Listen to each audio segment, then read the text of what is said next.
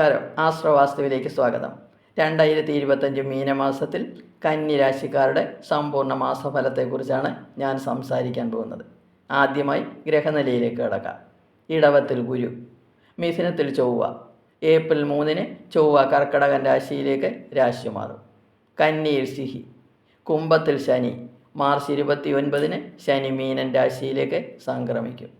മീനത്തിൽ രവി, ബുധൻ, ശുക്രൻ, സർപ്പൻ എന്നീ ഗ്രഹങ്ങളാണ് നിൽക്കുന്നത്.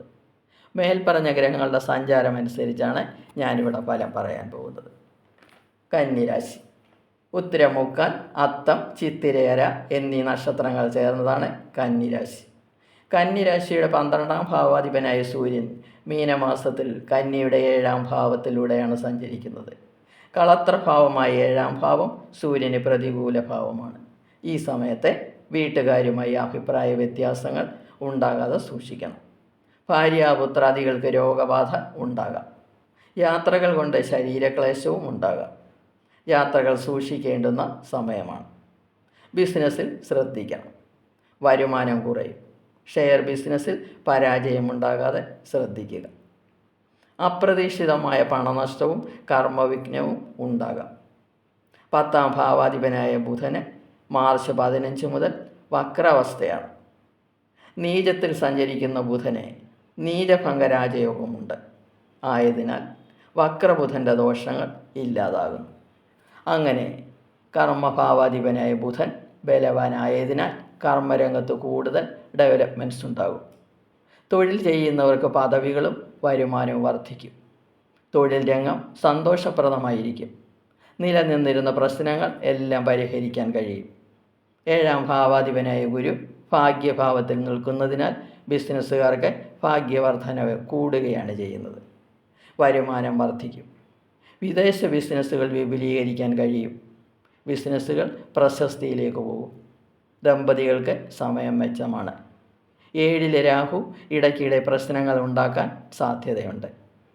സൂര്യനും ഒരു മാസത്തേക്ക് 7-ാം ഭാവത്തിലാണല്ലോ സ്ഥിതി ചെയ്യുന്നത്. അതും ശ്രദ്ധിക്കണം. 5-ാം ഭാവാധിപനായ ശനി 7-ാം ഭാവത്തിലാണ് സ്ഥിതി ചെയ്യുന്നത്. വിദ്യാർത്ഥികൾക്ക് സകലവിധ ഐശ്വര്യങ്ങളും ലഭിക്കും. വിദ്യയിൽ പ്രശംസകൾ ലഭിക്കും. പഠനത്തിൽ സന്തോഷവും കൂടാതെ ആരോഗ്യവും കൂടും. ഉദ്യോഗാർത്ഥികൾക്കും നല്ല സമയമാണ്. പ്രണയിക്കുന്നവർക്ക് സമയം മധ്യമമാണ്. ജന്മരാശിയിൽ സ്ഥിതി ചെയ്യുന്ന കേതു രോഗങ്ങളും ദുഃഖങ്ങളും ഉണ്ടാക്കാം.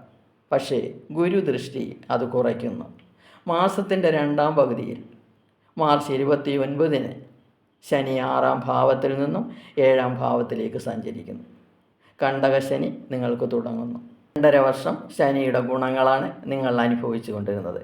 6-ലെ ശനി നിങ്ങൾക്ക് സുഖവൃദ്ധിയും ധനധാന്യ സമൃദ്ധിയും സ്ത്രീ സുഖവും കർമ്മപുഷ്ടിയും ശത്രുവിജയവുമാണ് 2.5 വർഷമായി നൽകിക്കൊണ്ടിരുന്നത്. അതിന് ചെറിയൊരു മാറ്റം സംഭവിക്കാൻ പോകുന്നു.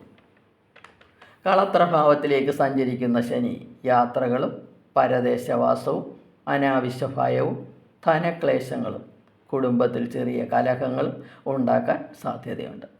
നിങ്ങളുടെ ജാതകത്തിലെ ശനിയുടെ സ്ഥിതി അനുസരിച്ചായിരിക്കും ഫലങ്ങളുടെ ഏറ്റക്കുറച്ചിൽ.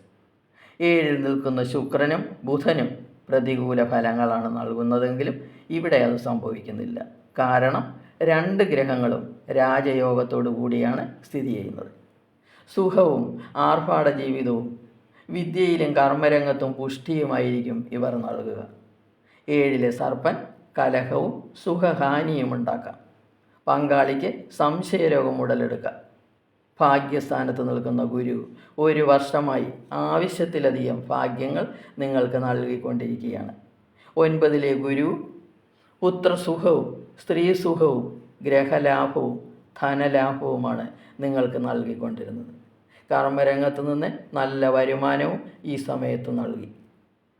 10-ലെ ചൊവ്വ പോഷകാഹാരക്കുറവുണ്ടാക്കാം. പരാജയവും നീതികാര്യങ്ങളിൽ തടസ്സവും സൃഷ്ടിക്കാം. വിദേശയാത്രകൾ ഉണ്ടാകാനും സാധ്യതയുണ്ട്.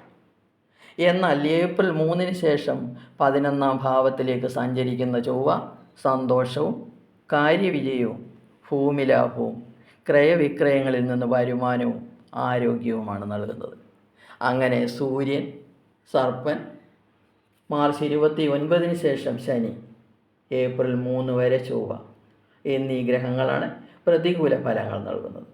ദോഷപരിഹാരങ്ങൾക്കായി ദേവിക്ക് കുങ്കുമാർച്ചനയും ഹനുമാന് വെറ്റിലമാലയും ശിവന് ജലധാരയും ചെയ്യുക. എല്ലാ പ്രയാസങ്ങളും മാറിക്കിട്ടും. എല്ലാവർക്കും വീണ്ടും നന്മകൾ നേർന്നുകൊണ്ട് നിർത്തുന്നു. ഇനി അടുത്ത വീഡിയോയുമായി വരാം. വീഡിയോ ഇഷ്ടപ്പെട്ടെങ്കിൽ സബ്സ്ക്രൈബ് ചെയ്യുക. സംശയങ്ങൾക്ക് വാട്സപ്പ് നമ്പറിൽ ബന്ധപ്പെടുക.